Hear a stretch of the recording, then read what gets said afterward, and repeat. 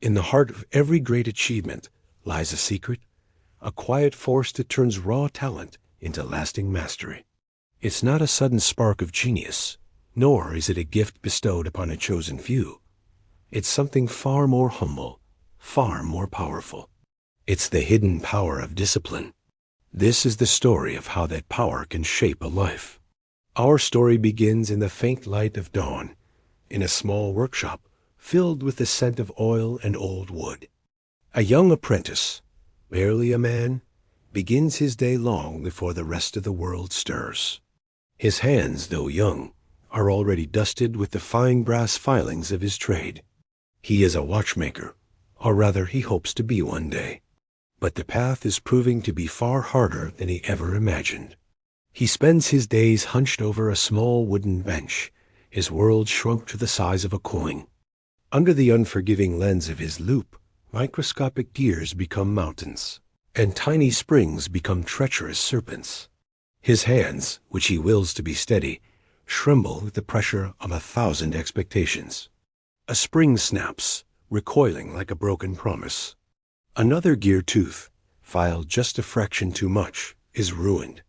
Hours of work gone in an instant. In the quiet corners of the workshop, he hears the whispers, not of encouragement, but of doubt. He sees the smirks from other apprentices who seem to grasp the craft with an ease that eludes him. And then there is his master, a man of few words whose quiet, discerning gaze seems to see right through him, weighing his every failure. The silence of his master is heavier than any scolding, a constant reminder of the standard he is failing to meet. The weight of it all is crushing, a relentless pressure that threatens to extinguish the small flame of his ambition. One evening, after another day of frustrating setbacks, he nearly walks away. The tools feel foreign in his hands. The dream of creating a perfect timepiece feels like a foolish fantasy. But as he sits there, the temptation to quit warring with the memory of why he began, he opens a worn leather journal. He doesn't write about his failures or his despair. Instead, he draws a single gear tooth. Beneath it, he writes a simple promise to himself. Tomorrow, he will be better. He resets. He goes back to the very beginning. He takes a piece of scrap brass and begins to file a single tooth. Not for a watch, not for his master, but for himself. He files one, then another. The first is clumsy. The 10th is better. By the 100th, his hand begins to learn a rhythm it didn't know before. The steady, rhythmic tick of the grand clock on the workshop wall becomes his metronome, a constant companion in his solitary practice. He isn't just filing metal. He is filing away his own impatience, his own self-doubt. This is discipline, not as punishment, but as a path. The day finally arrives for a local exhibition, a chance for the town's artisans to display their work. With a heart full of hope and a stomach full of nerves, the apprentice presents his first complete prototype. He spent months on it, pouring every ounce of his newfound discipline into its creation. He winds it, and for a glorious moment, the mechanism ticks to life. But then, a shudder. A gear slips. The delicate balance is broken, and with a faint metallic sigh, the entire movement collapses into a lifeless tangle of springs and wheels. The silence in the hall is deafening. He sees the polite but disappointed faces, the patron who had shown interest turning away with a dismissive shrug. The whispers are back, louder this time. Humiliation burns hot on his cheeks. He bows his head, gathers the pieces of his broken dream, and returns to his workbench. The failure is public, it is profound, and it is his alone.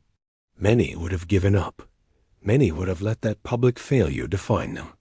But for the apprentice, it was not an end. It was a crucible. Back in the familiar quiet of the workshop, his resolve hardens. The failure did not break him. It focused him. His discipline deepens, becoming an integral part of his very being.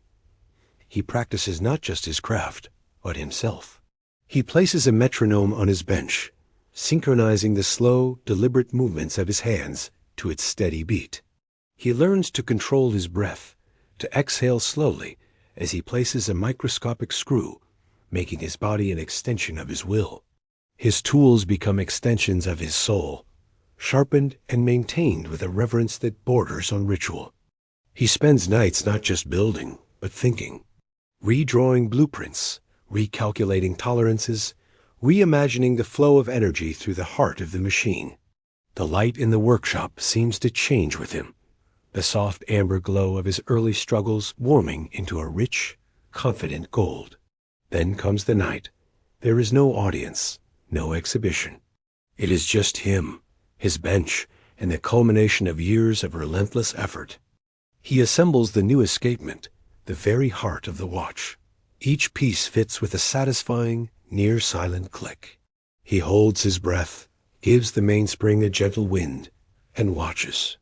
The balance wheel flutters to life, a hummingbird's wing of polished steel.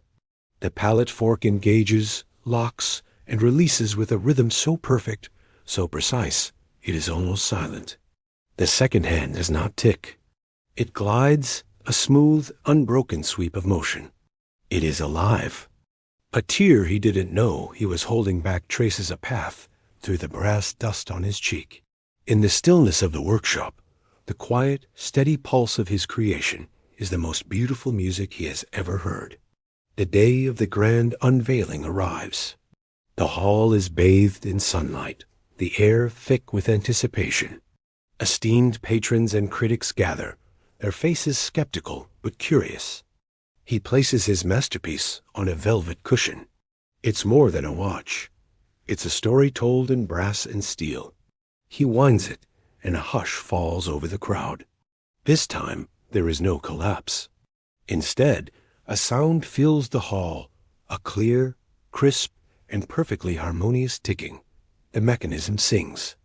People lean in, mesmerized by the flawless dance of gears, the effortless sweep of the hands. Across the room, he catches his master's eye. The old man looks at the watch, then at his student, and gives a slow, single nod. It's a small gesture, but it contains a universe of pride and acknowledgement. Discipline is not about perfection.